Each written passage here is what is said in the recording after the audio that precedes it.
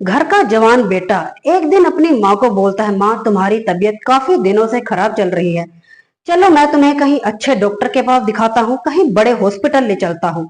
और वहीं बेटा अपनी माँ को अपने साथ ले जाता है और रास्ते में गला घोटकर अपनी माँ की हत्या कर डालता है। इससे भी जब उसका मन नहीं भरता, 3 से 4 बार अपनी माँ के ऊपर स्कॉर्पियो गाड़ी चढ़ाता है, अपनी माँ को बुरी तरह कुचल डालता है, उसे लहूलुहान कर देता है।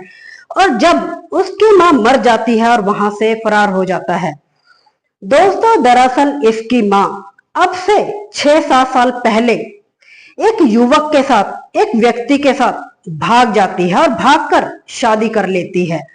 और वहीं बेटा 6-7 वर्षों से प्लानिंग करता है, योजना बनाता है अपनी माँ को मारने की, और वहीं अपनी माँ से इतनी नफरत करता है कि अपनी माँ की जान ले लेता है। तो चलिए दोस्तों, इस कहानी को हम विस्तार से जानते हैं कि आखिरकार इस कहानी के पीछे की पूरी सच्चाई क्या है। नमस्कार दोस्तों, मैं माला सियाल चैनल पर आपका स्वागत है। दोस्तों, वीडियो में आगे बढ़ने से पहले आपसे एक ही रिक्वेस्ट है, चैनल को सब्सक्राइब कर ले ताकि आने वाली वीडियोस की नोटिफिकेशन आपको मिलती रहे।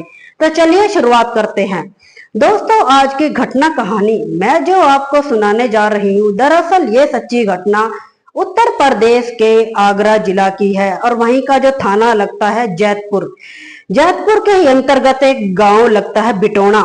बिटोणा गांव का रहने वाला संजय शर्मा अपने 2 जवान बेटों के साथ रहता है। बड़ा बेटा जिसका नाम कौशल होता है, कौशल की उम्र 29 वर्ष होती है। और वहीं कौशल 1ली कक्षा से लेकर 8वीं तक एक स्कूल चलाता है। और वहीं छोटा भाई जिसकी उम्र लगभग 27 वर्ष होती है। और वहीं हंसी खुशी परिवार चलता है, घर में सब कुछ बढ़िया चल रहा होता है। अब से लगभग 6-7 वर्ष पहले संजय शर्मा की पत्नी, जिसका नाम यशोदा देवी शर्मा होता है, यशोदा की उम्र 45 वर्ष होती है। और वहीं पड़ोस का ही गांव गड़ी रामपुरा, और उसी गांव का रहने वाला एक व्यक्ति जिसका नाम राम निवास शर्मा होता है।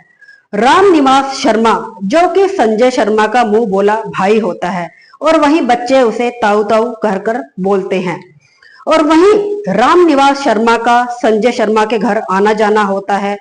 और वहीं यशोदा की नजरें संजय से मिल जाती हैं और दोनों ही धीरे धीरे एक दूसरे के नजदीक आते हैं। नजदीकियां प्यार में बदल जाती है और वहीं शारीरिक संबंध का सिलसिला भी शुरू हो जाता है। और एक दिन संजय और यशोदा को उसका बड़ा बेटा कौशल दोनों को ही एक साथ देख लेता है और वहीं इस बात का विरोध करता है और इस बारे में अपने पिता से भी बात करता है। और वहीं बेटे और पिता मिलकर यशोदा देवी को काफी समझाते हैं, उसे मना करते हैं, लेकिन यशोदा देवी मानने को तैयार नहीं होती और बोलती है जो भी हमारे बीच आएगा उसका अंजाम अच्छा नहीं होगा।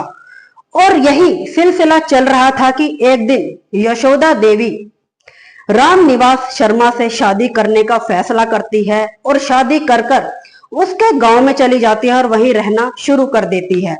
और वहीं जो बेटे होते हैं उन्हें गांव के ही जितने लोग वगैरह होते हैं, आस पड़ोस के बच्चों को ताने मारते हैं, तरह तरह के कमेंट करते हैं। और वहीं बच्चे इतना परेशान हो जाते हैं, इतना दुखी हो जाते हैं, क्योंकि आए दिन नए नए ताने, तुम्हारी माँ किसी युवक के साथ भाग गई है, तुम्हारे ताऊ के साथ भाग गई है, उन्हें तुम्हारी परवाह नहीं, और तो और तुम्हारे पिता को छोड़ दिया, तुम्हारे पिता को धोखा दिया और तुम्हारे छोटे भाई को भी छोड़ दिया, और तुम पे इतनी दया भी नहीं आई कि वो तुम दोनों भाइयों को तो साथ में ले जाती। और वहीं दोनों बेटे इतना परेशान हो जाते हैं। और वहीं बड़ा बेटा कौशल फिर प्लानिंग बनाता है अपनी माँ को मारने और रास्ते से हटाने की। 6 से 7 वर्ष गुजर जाते हैं और वही माँ के लिए उसके दिल और मन में इतनी नफरत पैदा हो जाती है और अपने भाई के साथ प्लानिंग करता है। और एक दिन कौशल अपनी माँ के पास जाता है, और जो कि यशोदा देवी की पिछले 9-10 दिनों से तबीयत काफी खराब चल रही होती है। और वहीं अपनी माँ की तबीयत वगैरह पूछता है और बोलता है कि माँ तुम्हें मैं कहीं अच्छे डॉक्टर के पास दिखाता हूँ, कहीं बड़े हॉस्पिटल ले चलता हूँ। और वहीं अपनी माँ को अपनी बातों में बहला फुसला लेता है और अपने साथ बाइक पर बिठाकर उसे ले जाता है। और वहीं पास में ही एक पुल लगता है, पुल पर अपनी माँ को बाइक से उतारता है और उसे जोर से धक्का मारता है। और जब उसकी माँ गिर जाती है, बेहोश हो जाती है, और वही स्कॉर्पियो गाड़ी में बिठाता है। स्कॉर्पियो गाड़ी में कौशल के दो दोस्त पहले से ही बैठे होते हैं, जिसमें से एक का नाम रजत होता है और दूसरे का नाम बॉबी होता है। और वहीं कौशल अपनी माँ को गाड़ी से नीचे उतारता है, उसे नीचे सड़क रोड के ऊपर लिटाता है और एक के बाद 3 से 4 बार अपनी माँ के ऊपर स्कॉर्पियो गाड़ी चढ़ाता है और उसे कुचल डालता है और उसे लहूलुहान कर कर अपने दोस्तों के साथ वहां से फरार हो जाता है। और वहीं जब शाम के टाइम लगभग 6 से 7 बज जाते हैं, तो वहीं रामनिवास शर्मा का कौशल के पास फोन आता है और पूछता है कि बेटा, तुम्हारी माँ तुम्हारे साथ दवाई लेने के लिए गई थी, अभी आई नहीं। और वहीं कौशल झूठ बोलता है कि मैंने अपनी माँ को गांव के बाहर ही छोड़ दिया था। और वहीं जो रामनिवास शर्मा होता है, इंतजार करते करते जब काफी घंटे गुजर जाते हैं, अगले दिन पुलिस थाना में जाता है और वहां जाकर कंप्लेन करता है कि मेरी अपने पहले पति के बेटे कौशल के साथ दवाई लेने के लिए गई थी, लेकिन अभी तक लौटी नहीं। और वहीं जब 1 से 2 दिन गुजर जाते हैं, तो पुलिस वालों को एक सूचना मिलती है कि पुल पर एक खून से लहूलुहान लथपथ एक शव मिलता है। और वहीं पुलिस शव को पोस्टमार्टम के लिए भेज दी जाती है। और वहीं यशोदा देवी के फोटो को आसपास के गांव में, क्षेत्रों में वायरल कर दिया जाता है कि शायद कोई परिचित हो जो उसके बारे में कोई सूचना दे या कोई ऐसी सूचना मिल सके। और वहीं लगभग 1 से 2 दिन जब गुजर जाते हैं, तो वो फोटो किसी तरह रामनिवास शर्मा के हाथ लग जाती है और वह भागा भागा पुलिस थाना पहुंचता है और बताता है कि ये मेरी पत्नी यशोदा है। और वहीं पुलिस रामनिवास शर्मा से पूछती है कि तुमने अपनी पत्नी को लास्ट टाइम कब देखा था।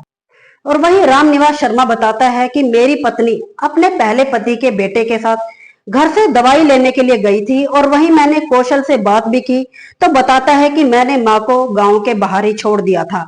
और वहीं पुलिस कौशल के घर पहुंचती है और वहीं उससे पूछताछ करती है, तो पुलिस को कुछ शक होता है। और वहीं पुलिस शक के आधार पर कौशल को गिरफ्तार कर लेती है और उससे पूछताछ करती है और उसके कॉल डिटेल भी निकलवाए जाते हैं और उसके फोन की लास्ट लोकेशन भी देखी जाती है। तो पता चलता है कि कौशल की लास्ट लोकेशन पुल के पास ही होती है। और वहीं पुलिस का शक यकीन में बदल जाता है और वहीं पुलिस कौशल से सख्ती से पूछताछ करती है। पहले तो कौशल इधर उधर की काफी बातें करता है, पुलिस को काफी घुमाता है, लेकिन पुलिस जब अपने तरीके से पूछती है, तो वही कौशल अपनी पूरी कहानी बयां करता है कि उसकी माँ उसके पिता को अब से 6-7 साल पहले धोखा देकर पड़ोस के ही गांव में रहने वाला रामनिवास शर्मा से शादी कर लेती है। और वहीं आए दिन बेटों को गांव के लोग ताने मारते हैं कि तुम्हारी माँ किसी व्यक्ति के साथ भाग गई है और तुम लोग कुछ भी नहीं कर पाए। और वहीं बेटे तानों से परेशान हो जाते हैं और वहीं जब बेटों का कोई रिश्ता आता है, तो रिश्ता होने से पहले ही टूट जाता है। और वहीं गुस्से में आकर, दुखी होकर कौशल अपने दोस्तों के साथ मिलकर अपनी माँ को मौत के घाट उतार देता है और अपनी माँ को इतनी बुरी मौत मारता है कि वह अपनी माँ को गाड़ी से बुरी तरह कुचल डालता है। तो दोस्तों, आप इस घटना कहानी के बारे में आपकी क्या राय है, कमेंट सेक्शन में जरूर बताइएगा। दोस्तों, आज की घटना कहानी सुनाने का उद्देश्य किसी का दिल दुखाना या किसी को परेशान करना नहीं है, बस आपको जागरूक करना है। दोस्तों, आज की जानकारी आपको कैसी लगी कमेंट सेक्शन में जरूर बताइएगा। मिलते हैं किसी और नई वीडियो में, तब तक के लिए नमस्कार।